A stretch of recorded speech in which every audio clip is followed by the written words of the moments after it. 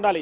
అంత పర్యవేక్షణ జరుపుతున్నా కూడా ఆ విజువల్స్లో రేవతి పడే పాటలని క్లియర్గా అంటే ఒక కెమెరామెన్ ఒకరతను చిన్న విజువల్ తీశాడు. ఒక 10 సెకండ్ల విజువల్లో ఆమె ఆ జనాల మధ్య తన్లాడిపోతుంది. తన కొడుకు కోసం పట్టుకోవడానికి తీవ్రంగా ప్రయత్నిస్తుంది. మొదట ఒక గోడకి ఆనుకొని అల్లు అర్జున్ చూడడానికి ప్రయత్నిస్తుంది. కానీ అల్లు అర్జున్ అదే సమయంలో లోపలికి ఎంటర్ అవ్వడం, ఓపెన్ ఏదైతే టాప్ కార్లో బయటకు చేతులు పెట్టి ఇలా చేతులు ఊపే వరకు ఒక్కసారి అల్లు అర్జున్ని వచ్చాడని చెప్పి కూడా చాలామంది అభిమానులు మరి అది వేలం వెర్రిగా అంటే చాలామంది అభిమానులకు సినిమా హీరోను చూడాలని ఆతృత కావచ్చు, ఇంకో సందర్భం కావచ్చు. కానీ ఒక మనిషి ప్రాణం మాత్రం వెళ్ళిపోయింది. ప్రస్తుతం ఒక లాయర్ ప్రస్తుతం మనతో ఉన్నారు. అంటే అల్లు అర్జున్ కేసుకు సంబంధించి 118 అనేది ఒక సెక్షన్, 105 అనేది 2 సెక్షన్లు.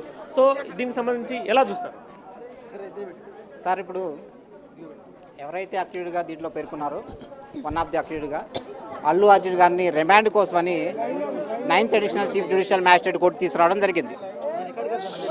ఈ రిమాండ్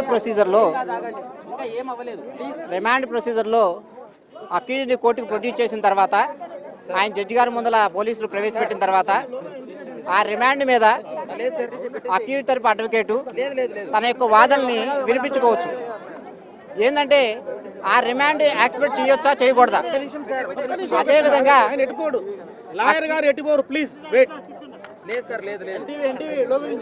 సార్ అక్యూజ్డ్ అదేవిధంగా అక్యూజ్డ్ సైడ్ ఎవరైతే అడ్వకేట్ ఉన్నారో వాళ్ళ ఆర్గ్యుమెంట్ చెప్పిన తర్వాత పబ్లిక్ ప్రాసిక్యూటర్ గారు కూడా తమ యొక్క వాదనని స్టేట్ తరపు పోలీసు వారు రిమాండ్ చేయడానికి ఏ విధమైన ఆస్కారం ఉంది, ఎందుకు చేశారు అనే విధంగా దాని గురించి కూడా ఆర్గ్యుమెంట్ చెప్పొచ్చు. అంటే ఇక్కడ సెక్షన్లను బట్టి చూస్తే కనుక అల్లు అర్జున్ నిర్లక్ష్య ధోరణి ప్రదర్శించాడనేది పోలీసుల ఆరోపణ.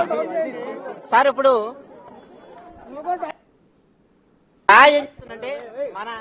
ఇప్పుడు కొత్తగా చట్టాల ప్రకారం బిఎన్ఎస్ ప్రకారం